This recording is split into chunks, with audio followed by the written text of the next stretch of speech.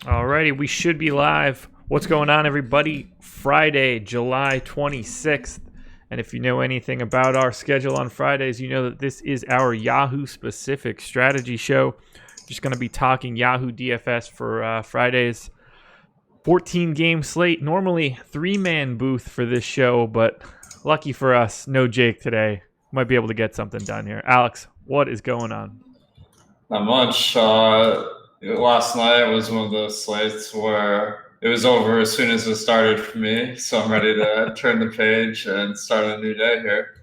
Masahiro Tanaka or I don't know what it was, man. Honestly, I just saw my winnings were basically like at the minimum for the whole night, and I never went to see what I was sweating. Well, that's not good. That's not good. Yeah, we Yeah. had a baseball game that played for like the entire time that I was asleep. By the time that I woke up, that game had only been over for like 90 minutes. Really? I must have missed that because I also was asleep. Yeah. So Yeah, I get the Angels game finished up at like 4:30 Eastern time or something along those lines. dang, that's crazy. I guess you'd have to be pretty into it to stay up till 4:30 sweating your lineup. Yeah, we had quite a few people in our Slack that were up sweating it. I know Adam was up sweating most of it. Ended up not going all that well for him. But we did have people checking it out, being like, all right, I've got work in 90 minutes. I think EMAC was up pretty late for it. Not me. I think my head hit the bed at like 9:45. Yeah, whenever you have 8 plate appearances for Mike Trout, man, that's a crazy game. Yeah, that's decent value. EMAC's in chat right now. He said that he woke up at 4:10 a.m. and there was still a game going on. I mean, that's the dream is that, there would be baseball like 24 hours a day. You wouldn't have to wait until 7 p.m. to get your fantasy games started. When right after I graduated high school, I went with a buddy of mine and his family to Hawaii. And it blew my mind to think that. So I was a Braves fan, most of the time growing up. And they had a 1:00 baseball game that day, and it started at 7 a.m. Hawaii time. And I was like, this is the greatest thing I've ever seen. Like, it's just all the sports start right immediately at the beginning of the day. It's probably really tough for NFL Sundays. I can't imagine wanting to get up for 7 a.m. starts for NFL, but kind of fun. Yeah, I mean, you know that when Jacksonville is playing in London on Sunday morning, that's the day you got to get up early because who can miss a Jags game? Most people, unfortunately, most people. What? I mean, they're so good at fantasy. Yeah, there you go. All right, a couple quick plugs. As I mentioned, this is the Yahoo Strategy Show. It should come as no surprise that this show is also presented by Yahoo Sports.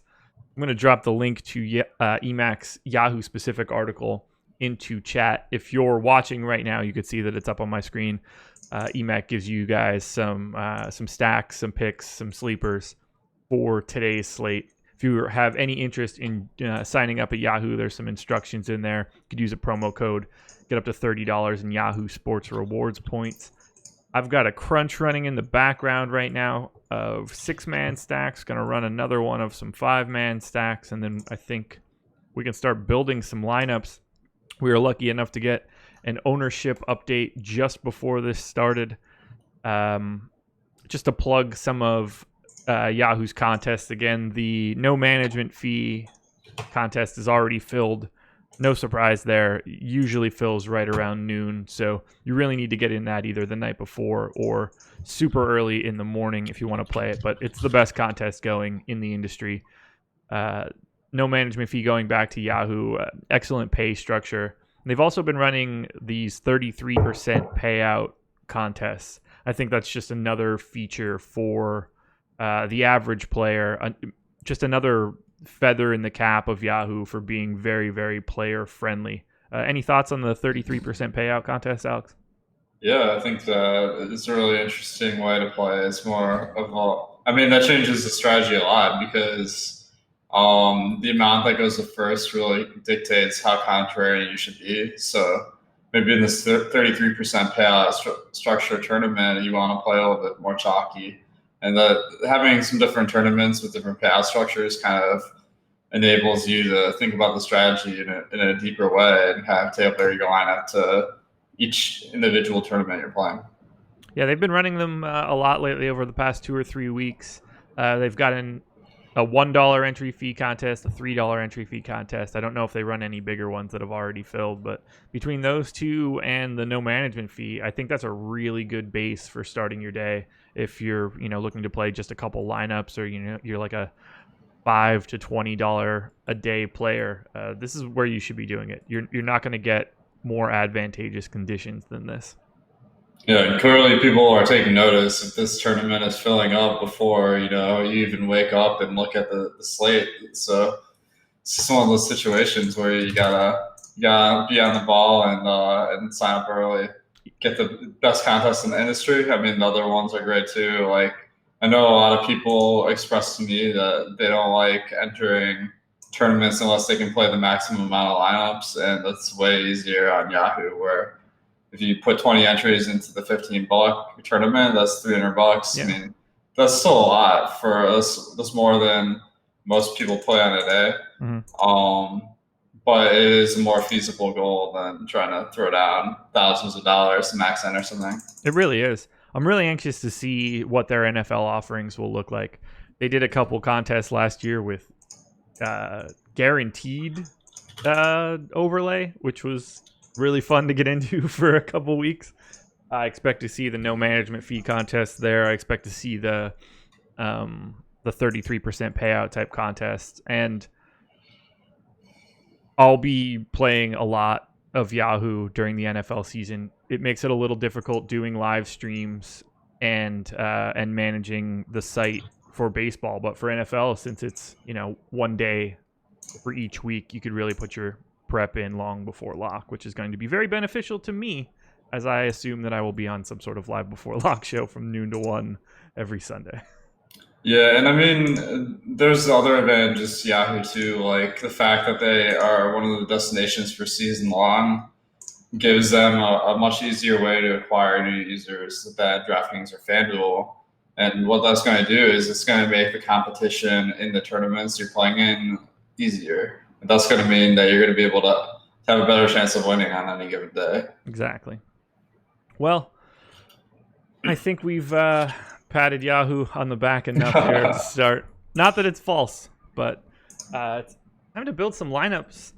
I think it's time to build a cash lineup. How you feeling? You ready?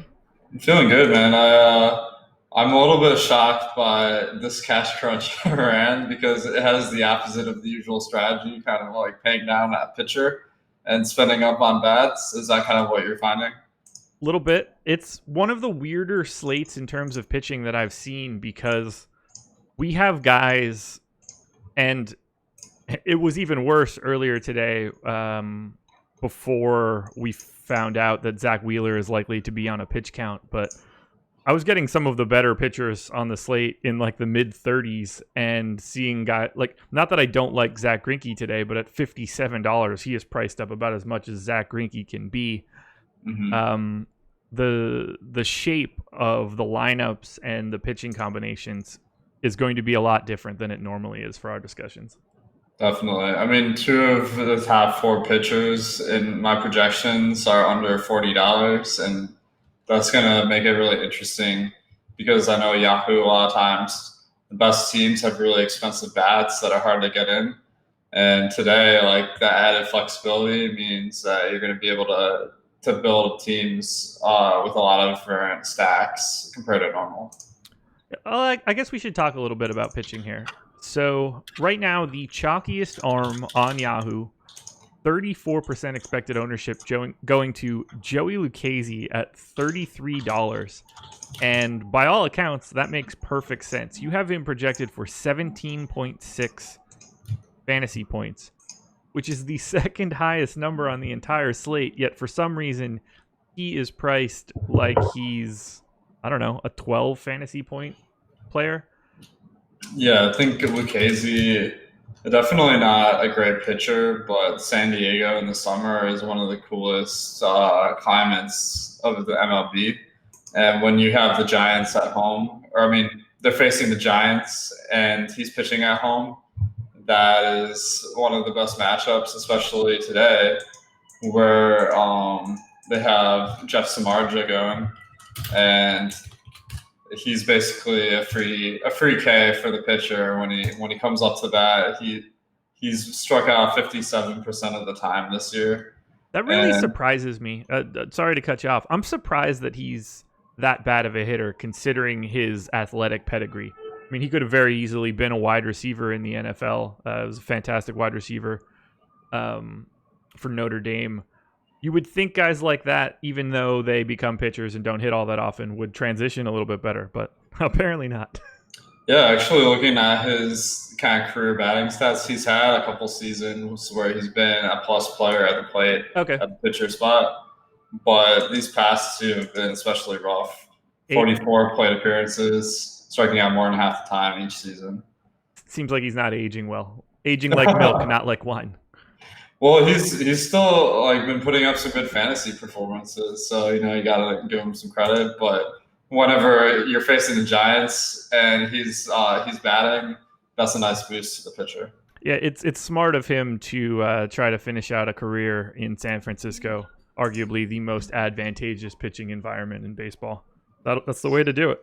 That's a good point. I mean, every year you got guys like Bumgarner that just have crazy good seasons. And this year we're seeing it with Pomerantz and Samardzija. It's crazy out in the Bay Area, man. Yeah, if I were on a contract year, I would be trying to pitch that season in San Francisco and get my paper, and then I'll sign anywhere after that. Just you got to trick somebody. All it takes is one. So that's right. Yeah, there only has to be one team that's willing to sign the golden age players, I guess you could say. That's the big line in the NBA off seasons, especially around restricted free agency. The inside baseball quote unquote term is basically it only takes one asshole. You hear it a lot for I don't know if that guy's going to get a restricted free agent offer, but all it takes is one team to come in and be like, we'll give you 4 years and $100 million. And all of a sudden that guy's worth $25 million a season. But anyway, that's not what we're here to talk about. So we've touched on Lucchesi being just absolutely insane value. Let's go to the other direction. Zach Greinke's getting 21% ownership right now. He is the most expensive pitcher on the slate, but he's also your highest projected pitcher. What do you think about him at that price point? I mean, Greinke, as any fantasy player knows, not a great strikeout pitcher by any means. He's struck out 24% of batters this year. The advantage he has today is he's going up against the Marlins, who have been consistently one of the worst teams in the league. Every single player on their projected lineup today has below average power. And also it's indoors. And I mean, that's really favorable this time of year. So there are some factors really working in his favor. This is a spot where it wouldn't be hard to see Greinke go 7 innings and 1 earned run or something like that. And that adds up to a nice fantasy performance, even if his strikeouts are just average. It's a weird one. I look at the combination of Greinke and Lucchesi, and it's okay, that's $90. I think it's I think it's probably the best pairing, but I would feel so much better about it if Zach Greinke was $50 and Joey Lucchesi was $40, even though it's the exact same sort of, nothing changes when you put both of them into the lineup. But Greinke seems to be overpriced just as much as Lucchesi is underpriced. Yeah, definitely. And that kind of opens it up to some other options. Someone in chat asked about Michael Pineda going up against the White Sox. Yeah. The White Sox are they're a little bit of a stronger team. They're at home. But the strikeouts are still good with the White Sox. I have their projected lineup strike out 25% of the time, which is about 10% more than average. There are a couple of guys that are really easy Ks, like AJ Reed has been in the lineup a lot recently, and he strikes out more than 30% of the time, so that's really nice. But Pineda's number for the season is only 22%, and that is not going to add up to a huge fantasy performance necessarily, especially given the White Sox have a higher projection today than some of the other teams like the Marlins. I've got one other arm that we need to talk about. This guy went bonkers in his last start. I believe it was 7 Ks. Maybe it might have been 9 Ks in 7 innings. Just going off the top of my head. Jose Urquidy is the flat minimum on Yahoo and the only minimum salaried pitcher. And by all accounts, he probably shouldn't be priced like he is. Do you expect to see a lot of Urquidy today? It's actually funny. I thought you were leading into Asher Wojciechowski. But yeah, Urquidy is also coming off a really sick performance. And I mean, this is a guy who's kind of green in the MLB. The matchup on the road versus the Cardinals is definitely a minus matchup. They strike out less than average. They have a team total of 4.5, which is pretty decent. But this is a guy with a lot of talent, and he struck out 30% in his first couple starts. I've been projected to strike out 25% based on his minor league numbers. And at 25, you gotta like that potential. The only question is it worth the extra? Is it worth kind of dropping off a guy with a little higher projection like Griffin Canning to get to him? Well, let's talk about that. Have we confirmed that it is Griffin Canning? So Griffin Canning was scheduled to start today, but because of that stupid Angels game going till 4:30, he actually pitched in relief last night. Oh, you're right. Yeah, he's not starting today. So it's possible that it's Nick Tropiano, who is not available on Yahoo anyway. Okay, well, good. Thanks for calling me out here, because I was about to recommend Canning in cash. I mean, clearly that's a terrible play. So nothing had been announced when Adam and I did the strategy show. The assumption was just Tropiano, but there was no actual announcement that it was actually him at that point. So I don't even know if that is official yet.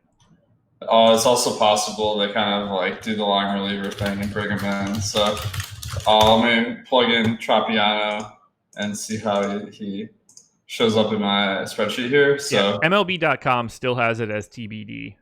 Okay. But by all accounts, it seems like Tropiano is really the only option.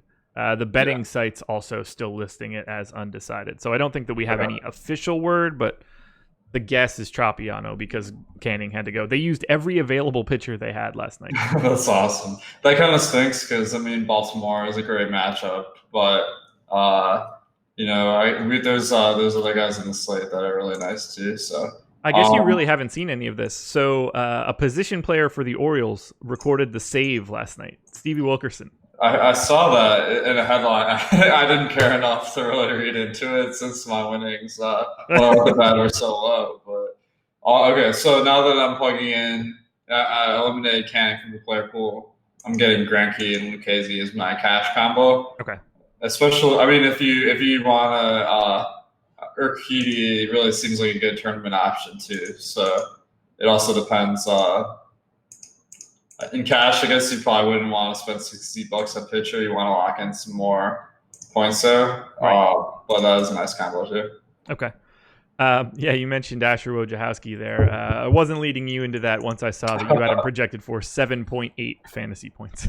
Yeah, I mean,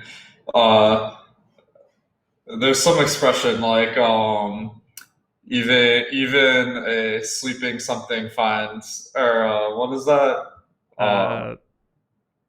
I mean, blind squirrel finds a nut. It would that's be right, my equivalent. Okay, that's or a broken clock is right twice a day. You know? Yes. Same genre of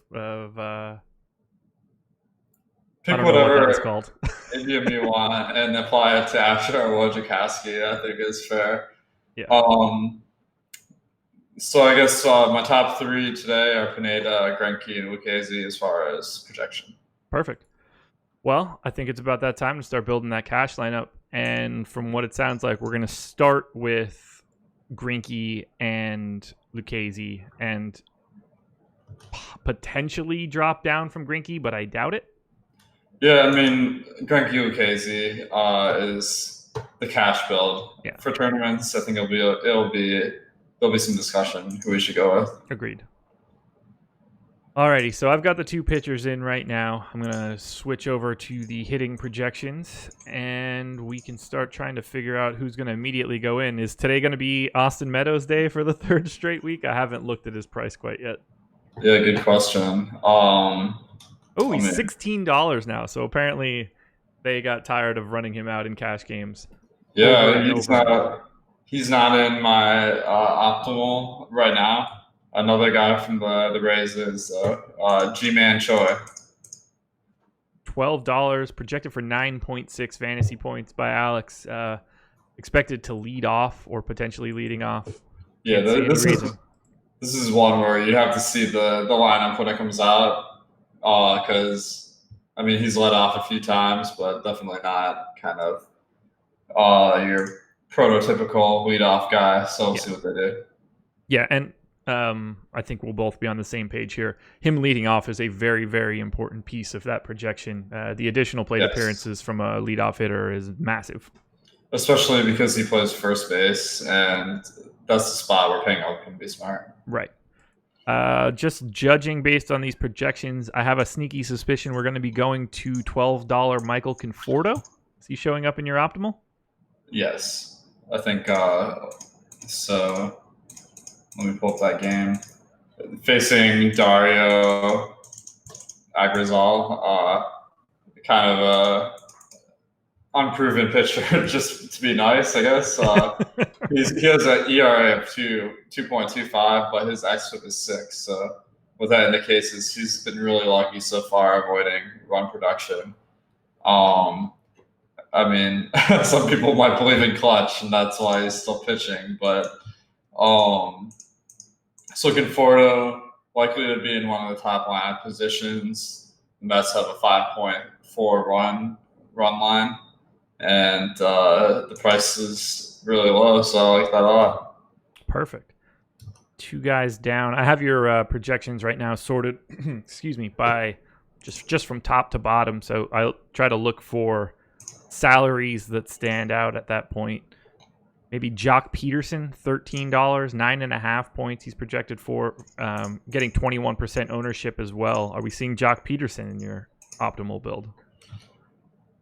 So let's see. He is one of the higher owned players. Since he plays first base, it's gonna hinge on whether G-Man Choi is in the lineup because he's $1 less and has almost the same projection in my model. Yeah, he's one of those guys that I immediately think is an outfielder because he's got dual eligibility on a different site. So yeah, I would not have said him if I remembered that he was a first baseman on Yahoo. For sure, yeah. It's hard keeping all the positions of everyone straight, especially guys like Jack. He's played outfield for a few years. So. Right. Okay, so who else is standing out to you? Who's coming up a lot in your crunches? So one guy. With us not spending a ton on pitcher, that stands out. He has a Fish last name. One of the best batters in baseball. Do you know who I'm talking about? Would that be Tim Salmon? Yes, Tim Salmon. Lock it in, man. Yeah, I assume Mike Trout is not going to be a very difficult sell on this one. You said it yourself. The bullpen for both teams is depleted. If you get lucky, you might see Steven Wilkerson come out again, and that would be a matchup I like a lot. Yeah, not to mention Baltimore's bullpen, not exactly great to begin with. So that's right. Yeah, I wouldn't be surprised to see some AAA guys in there. They're going to need some sort of fix tonight. They're just in case Woj turns back into a pumpkin after that Red Sox start. Okay, so I've added Trout. We have Conforto in at $12. We have G-Man Choi in at $12. We have $59 left to spend on a catcher, second, third, and short, and one additional outfielder. We've got an average of $11 per Yahoo. So that's actually a lot of additional money. I feel like there are times, especially with having Mike Trout at $27 in there, I feel like we have built lineups a lot and really struggled to fill out, really needed to make every dollar work. And today seems like it's going to be a little bit easier. Yeah, I think there's another guy that'll make it even easier too. Tommy Edman leading off for $7 against Urquidy. I mean, the matchup isn't great because Urquidy is projected to be a pretty good pitcher, but he's $7 and he's leading off, and he steals some bags, so I think he's kind of locking that third base slot. Yeah, coming in at the minimum salary makes it very, very, very easy, and it's going to make the rest of what we're doing even easier. Let's see where I have him coming in. Yeah, on the crunch that I just ran, Edman came in, and I just set really generic, like 50% caps, cranked up the randomness just to see what's coming in. No stacks or anything. Edman came in second in ownership at third base, so that makes perfect sense to me. So we need catcher, second, short, and outfield. $52 to go. We have got plenty of scratch to go around. Yeah, I think shortstop is a spot where there aren't that many great hitters usually. Yeah. So it makes sense to kind of go for a guy that is like a star player, because the alternatives aren't very good, and that guy is Francisco Lindor, top projected shortstop today versus Kansas City. He came up most in my crunch as well, so. Okay. Yeah, they're pitching Jacob Junis, who, a decent pitcher, about average. So I think that Lindor, this is about an average spot, and he's an all-star player. So if he's been leading off, and that's going to add up to some nice value for fantasy. I want to see if I've got anywhere close to this lineup. I just did Greinke, Lucchesi, Lindor.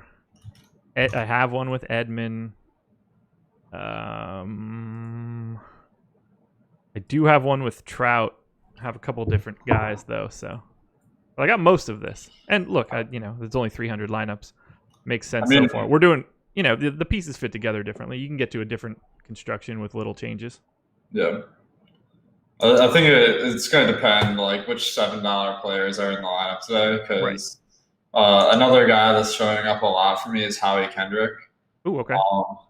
He's $7 at second, and they're facing the Dodgers today. So, Hyunjin Ryu is the matchup. So this is one where, there are definitely some reasons to not like him. Yeah. But he's probably facing the most difficult pitcher on the slate today. Yeah. He's projected to bat fifth, though, and he's $7 for a good team. This is a guy so far this series had above average ability to get on base, above average power, and it's a below average matchup, but he's $7, and that really negates that factor. Yeah, for sure. 14% ownership as well, so kind of helps a little bit, and at least steering your ship towards something that is more of a cash play. Yeah. If I put Kendrick in, we need a catcher and an outfielder. We have $26 remaining. This is feeling pretty easy at this point. I would guess we'd want to pick catcher first, since outfield will be the easiest spot to fill. For sure. Let me see. Let me guess where you're going to go here. There's a really obvious play at catcher. A lot of it's going to depend if he's in the lineup, because he caught it yesterday. But he is a catcher that goes, he'll play a few days in a row. So until I see a lineup, I'll assume he's in. But Wilson Ramos. Okay. I didn't know if you were going to go there or all the way up to Yasmani Grandal. Yeah. Well, Yasmani Grandal is a great player. They bat about the same in the order. Ramos is projected to bat fifth for $7, and he's a good hitter. He's gotten on base 36% of the time, 23% ISO, which is I'm reading off the stats for the wrong guy. All right, 34% on base, 12% ISO. That's not that great, honestly, but it's pretty good for catcher in the lineup spot. Sure. It is definitely really awesome for catcher at $7. Grandal and Ramos were the two highest guys I got on the crunch, and they are massively ahead of everybody else. So those were clearly the two options. That means we have $13 remaining, or actually $19 remaining to spend on our final outfield spot. Don't get the sense that that's going to be a difficult task. Yeah. I mean, there are probably a multitude of good options. One guy that's showing up in my crunches a lot in outfield is JD Martinez. I highlighted him before you even said it. Yeah, I mean, this is the game of the night with 11.5 over under. So having a star player in that, you gotta like it. That leaves us with $2 additional if we wanted to upgrade anywhere.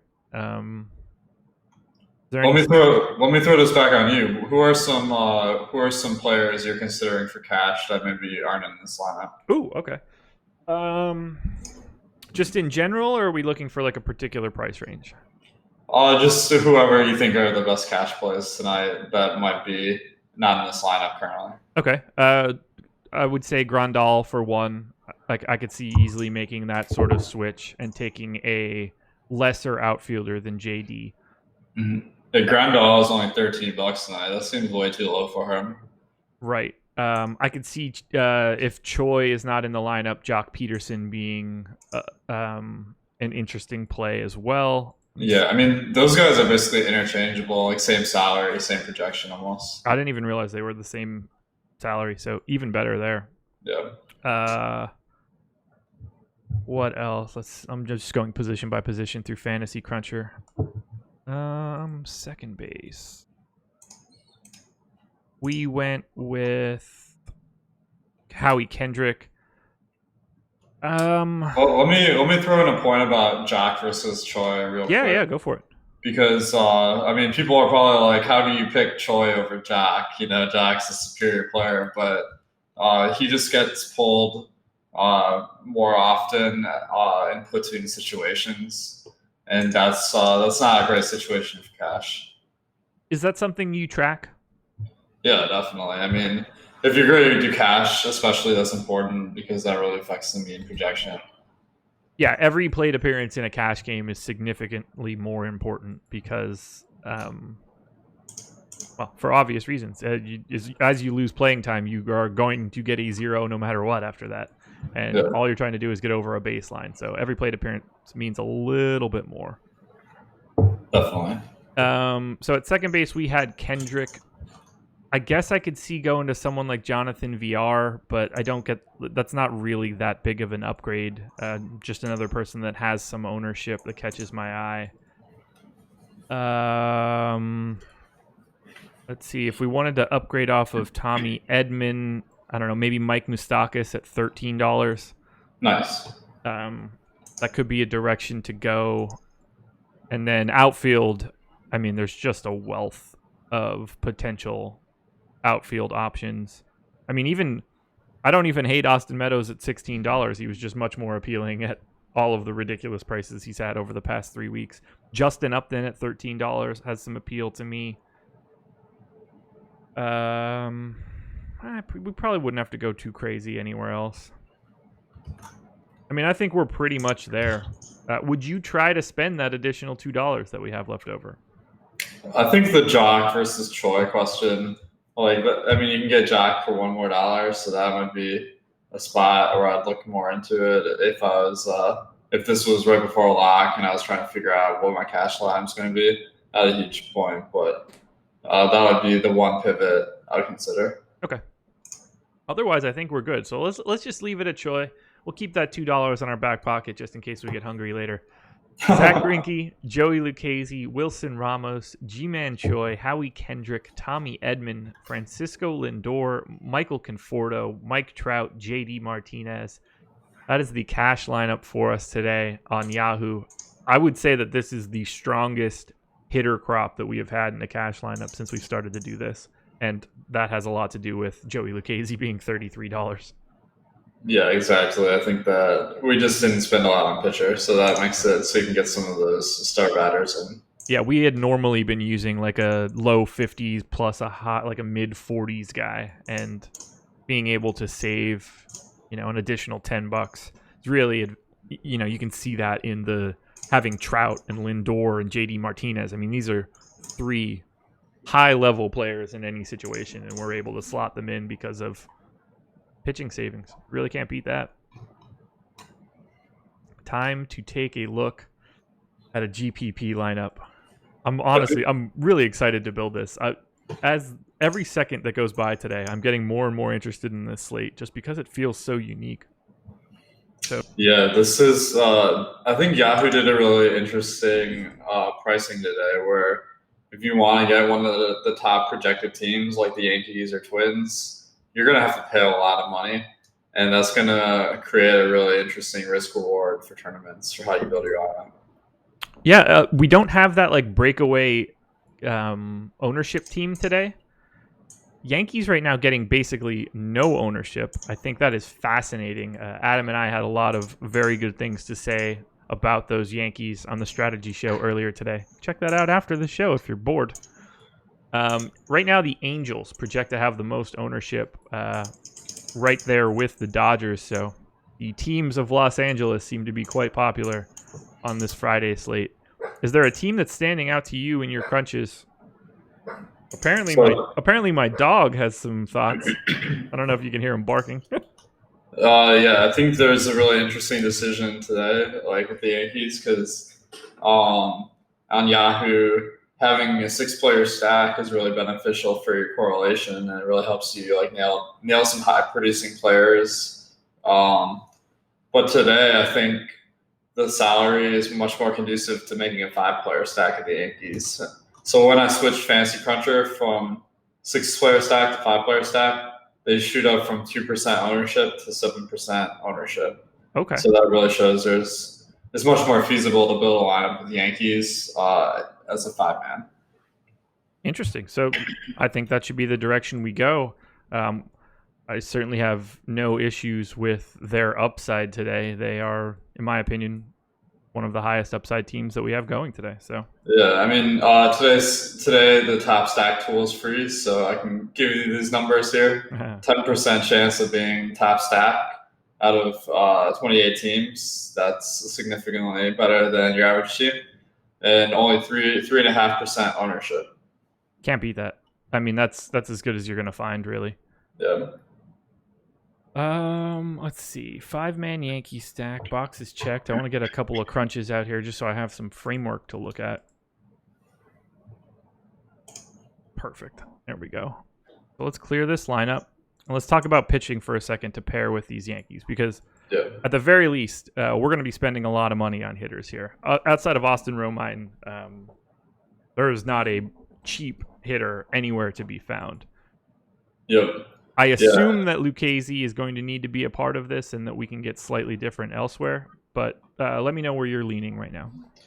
Yeah, I see some combination of Pineda, Lucchesi, and Urquidy. I need to do more research on how these guys pronounce their names. But maybe not. Call him Player U. Sandy Alcantara is an option at 31, Jack Flaherty at 34, Daniel Norris at 29. It depends. Since today, like the Yankees are kind of contrarian, going with the best pitchers makes a lot of sense. Right.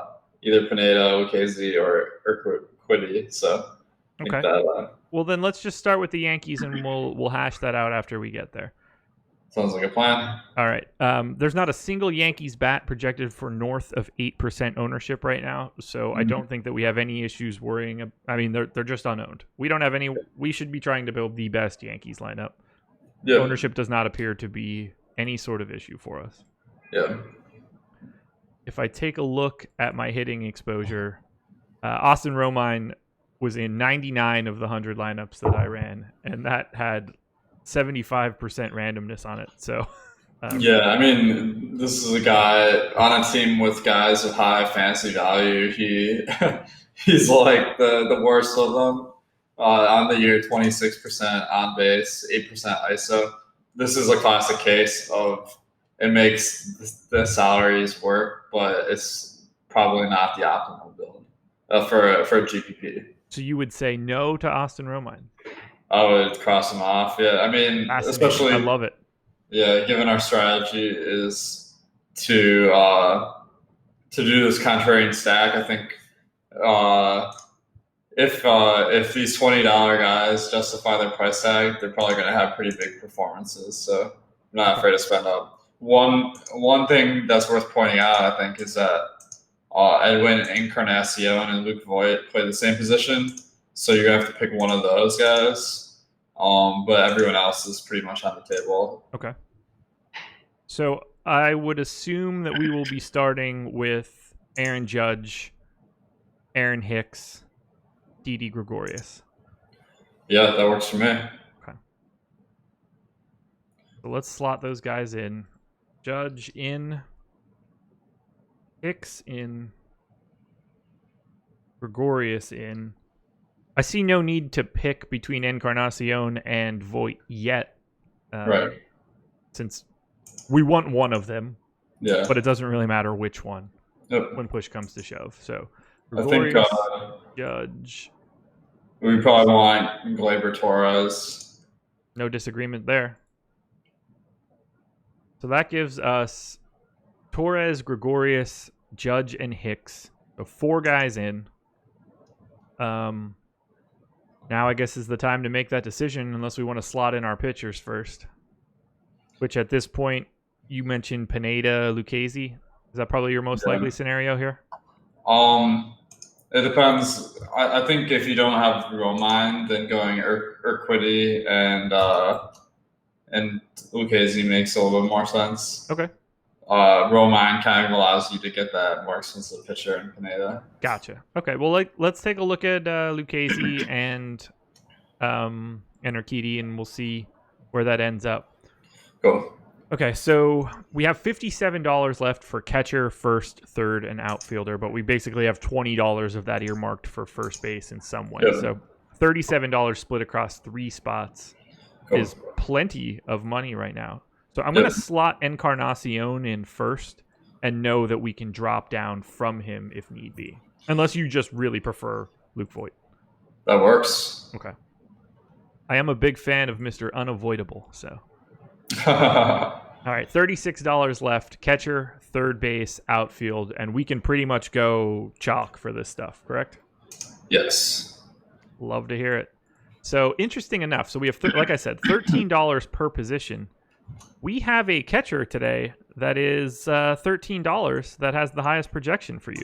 Would you rather go to Ramos in this spot and use the money elsewhere, or pay up for Grandal?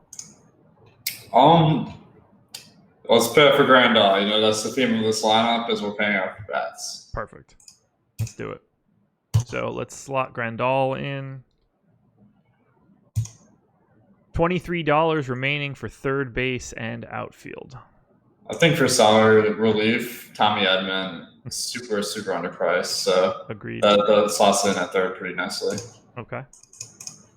He was in one of the lineups that I got with this relative structure in the crunches. So Edman in leaves us $16 for an outfielder.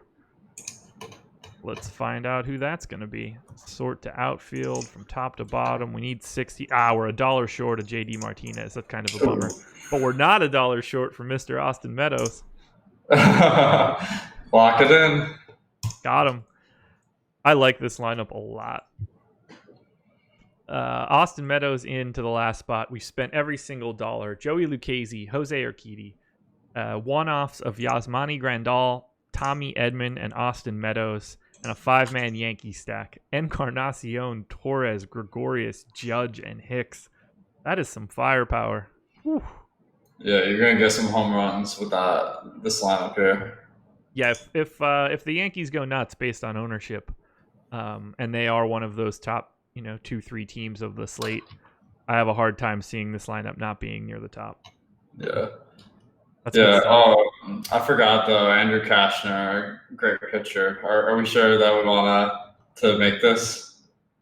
Yeah, I'm just not all that concerned with Andrew Kashner. I believe that he has given up somewhere around a 200 ISO to righties over the past 2 seasons. Kind of plays into the Yankees' strengths of having absolute ball mashers from top to bottom. All right, I've got top stack. You said top stack tool is free today? It is, yeah. Okay, perfect. So I've got top stack tool up on the screen for people that have never seen it before. So you don't normally share it. Hide this stuff behind the paywall. Yankees, the highest percentage to be the top stack, just not getting that same sort of love from an ownership perspective. Want to build one more before we get out of here? Let's do it. Okay. I'm trying to take a look here to see which team stands out most. I think the Twins would be another interesting option. They're getting a little bit more ownership than the Yankees, but they still have a higher top stack percentage chance than the Yanks. Are there any other teams that stand out to you? Let's see. Let me check. Maybe the Astros not getting any love, but have a little bit better of a chance there. They seem to be pretty expensive considering their top value probability. Yeah, I think Minnesota is a pretty safe choice. It looks like they have a little bit better value than teams like the Yankees, Red Sox, and Astros, but still a really good chance of the second best chance of being the top stack of the night. Perfect. Let's do that. I'm going to crank the randomness up a little bit, run out some Twins lineups, and we'll see what we get here. They appear to be quite expensive as well, so I have a feeling we're going to get similar general construction here. Yeah, I think whenever you have an expensive team, the choice between 5 or 6 players is pretty interesting. I think when I ran my crunches here with 5 players, they came up 7% of the time. Okay. And when I ran it with 6, they came up 5% of the time. So I think maybe you go with 6 players here. It's a little bit tougher to make a lineup, but that maximizes your correlation. Perfect. I ran it for 5, so let me rerun for 6. Not that it takes that long. When you're only trying to stack one team, even on a 14-game slate, this bad boy moves as quick as you would like it to. Ooh, first lineup that came up just in the crunch. It's not sorted or anything, but Gio Gonzalez, Joey Lucchesi. That does not seem like a lineup that I want all that much. Let's go ahead and sort those by something other than generated order. You don't want Gio tonight? No, I'm going to pass on Gio. I'm not confident in his ability to mow down the Cubs today. Okay, so I've got 200 6-man twin stacks locked and loaded. The only guy getting any real ownership would be Max Kepler at 17%. But given his status in the order and his talent level and the overall ownership of the Twins, I see no reason to avoid him in anything. Would you be on the same page? Yeah, because we're really concerned about the stack ownership here more than individual players. So if he's 17% owned, you're really not competing against 9% of the lineups to have him, but not in a stack. Right. Yeah, no one cheaper than $14 here. I assume we're just going to be sticking a lot to the top. Jorge Polanco, Nelson Cruz, Eddie Rosario, Miguel Sano, maybe Jonathan Scope. I think Jason Castro is a really good fantasy player because this is a catcher with a ton of power. He has 24.8% ISO this year. And if he gets a few extra plate appearances because the stack goes off, that gives you a lot of upside at the catcher position, which is usually tough to fill with a good player. Okay. I put Nelson Cruz in there because all he does is hit home runs. He hit 3 more yesterday. Yeah. Can't see not having Nelson. If you're gonna have Nelson, if you're gonna do a 6-man twin stack, I would just feel wrong to not have Nelson Cruz as a part of it. Anybody else standing out for you? Miguel Sano, insane. He's got the most power on the team so far this year. Yeah.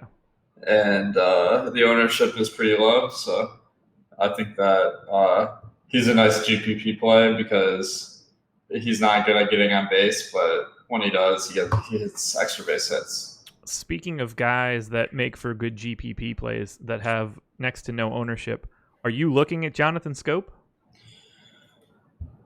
Yeah, I can't. I have to be honest. I don't know what position he plays. He's a second baseman. Second, okay.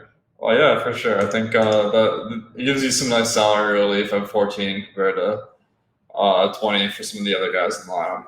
Okay, so I've got Scope in now. Castro, Scope, Sano, Kepler, Cruz. Who's our 6th? We need a first baseman, a shortstop, and an outfielder. I kind of like Byron Buxton. He's a little cheaper at 15. Really good power, really good stolen base upside, and you get more plate appearances in your stack if it goes off, and he's batting ninth, so that kind of could make him undervalued if the stack goes off. Alrighty, Buxton it is. The Buxton stops there. I should have kept that one to myself. Yeah, that was a good one, but yeah, I should have ate that one for sure. That could have gone a lot better. Yeah, I think not quite as good as your pizza roll challenge. I seriously think that took a year off my life.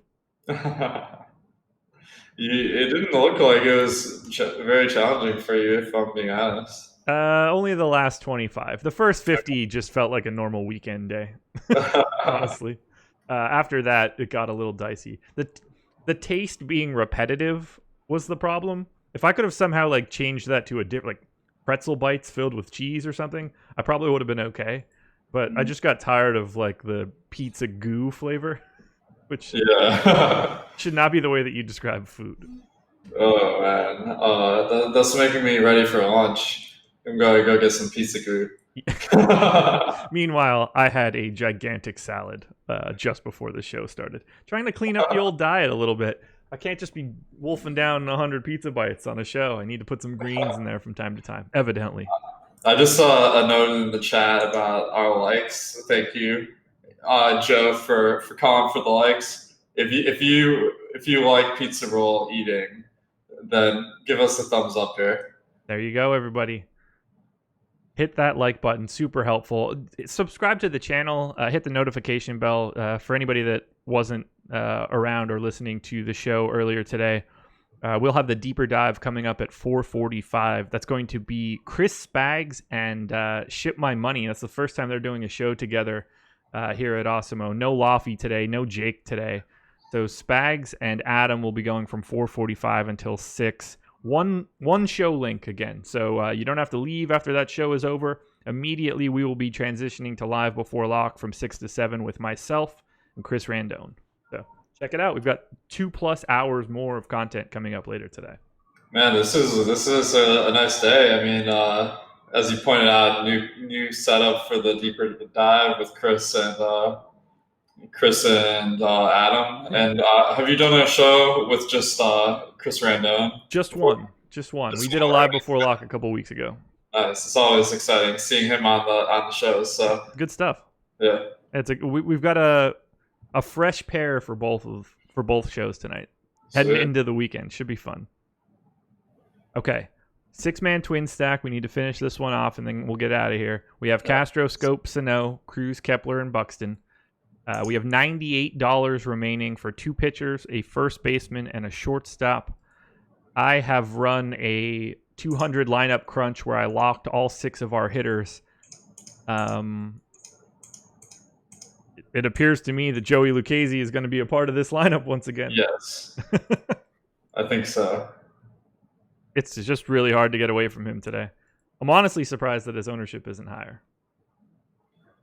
Yeah, I mean, we'll see what it is closer to lock. I mean, obviously you want the most updated numbers, sure. But clearly the best play. Yahoo does have a lot of people that might not use optimizers, though, so the best plays may be even better when you're playing on there. Absolutely. We need a second pitcher with Lucchesi, and we have $65 left for a pitcher, a first baseman, and a shortstop. I think we actually have a lot of options at pitcher because of the salary remaining.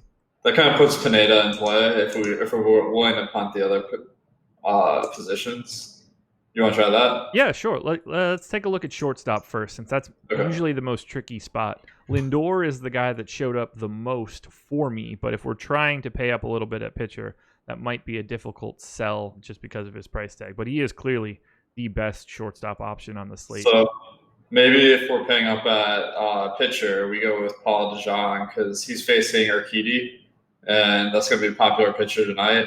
So that gives you a little bit of leverage over some twin stacks that go with Urquidy. I like it. Let's grab him. Get DeJong in there now. We've got $55 for a pitcher and a first baseman. As you said, that is definitely bringing Michael Pineda in. If we put Pineda in right now, that would leave us $11 for a first baseman. Yeah, that works. So let's see if I got that combination. I didn't. Well, I think the $11 first baseman is a little suboptimal because you can't go to Choi or Jack. Okay. So maybe we aren't getting to Pineda? Well, I'm just saying you are sacrificing as far as projection to make it happen. I'm not saying that it's a bad play. Sure. Let's see what we've got here. If I lock all of those guys, if I grab Pineda. I mean, Dan Vogelbach is that's Emacs guy. Yeah. Is he a lefty bat? Yes. So it's a negative platoon split. So I don't really want to put him in because there's a pretty good chance he's not in the lineup tonight. Okay, that's fair. It looks like if we're going first base here, we have to go all the way down. There's just it's a really weird gap here where everybody is generally more than 11. I see Eric Thames at 11. You mentioned Vogelbach. Otherwise, we're just spending $7 for, I don't know, Miguel Cabrera. Yeah, I think I think Pineda's starting to look like a tough sell here. This is why the optimizers are so helpful because it's taking us 10 minutes to fill out this lineup. So right. I think so let's switch Pineda out then. Okay. So I ran a bunch of crunches with just that final starting pitcher spot open and just first base open. Mm-hmm. I got Kyle Hendricks, Jock Peterson as a combo. Mm-hmm. Mike Soroka, Jock Peterson. I got Wheeler Choi, but I'm not really digging Wheeler today. Evidently going to be on a pitch count, 75 to 80 pitches. So, this is I think Flaherty is a good GPP play because the Astros matchup kind of stinks, but he's 34, which is really underpriced for his talent level. So I'm willing to take a flyer on him in GPPs. Okay. If I go to Flaherty, we can go to Edwin Encarnacion, Freddie Freeman. We have plenty of options if we try to spend all of that salary with Flaherty. Awesome. Do you have a preference between Encarnacion or Freeman? Well, I mean, we have Encarnacion in the other lineup, so maybe we go with Freeman. I mean, sure. Pretty arbitrary, but Jake Arrieta, big time problems against left-handed home run hitters, so awesome. Not exactly a bad fit there for Freddie Freeman. And Arrieta may be hurt, so even better. Cool. We spent $199. Joey Lucchesi, Jack Flaherty, one-offs of Freddie Freeman and Paul DeJong with a six-man twin stack. Jason Castro, Jonathan Scope, Miguel Sano, Max Kepler, Nelson Cruz, Byron Buxton. I like it. I feel like we're making some money today on Yahoo. Let's get the cash. Got to get that paper. Alex, anything else? Man, we did not need Jake at all today. We might have to kick him off of this show. No. As you said, I'm really looking forward to some NFL. Looking forward to see what Yahoo comes out with for week 1. So that's definitely on my radar. I think they're doing a nice job kind of keeping the MLB stuff going, but it's going to be even better once NFL starts going and people are playing on Sunday and then using their money on Tuesday and Wednesday to play some of these MLB contests. That'll really grow the game. I can't wait. I feel like we just ended NBA season. I feel like that's right around the corner as well. It just never stops. Yeah. Which is good. I don't want it to stop at all. Let's keep the gravy train going. Exactly.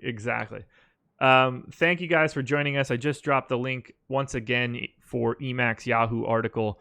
If you want to check that out, if you want to get further information for signing up at Yahoo, all of that information is contained in that article. As I mentioned before, 4:45 deeper dive with Spags and Adam, 6 p.m. Eastern, myself and Chris Randone, all the same links. So if you're watching the deeper dive, just stay put at 6 o'clock. Another show will pop right up when we're ready. Any last thoughts from the boss man? Yeah, thanks everyone for watching. Perfect.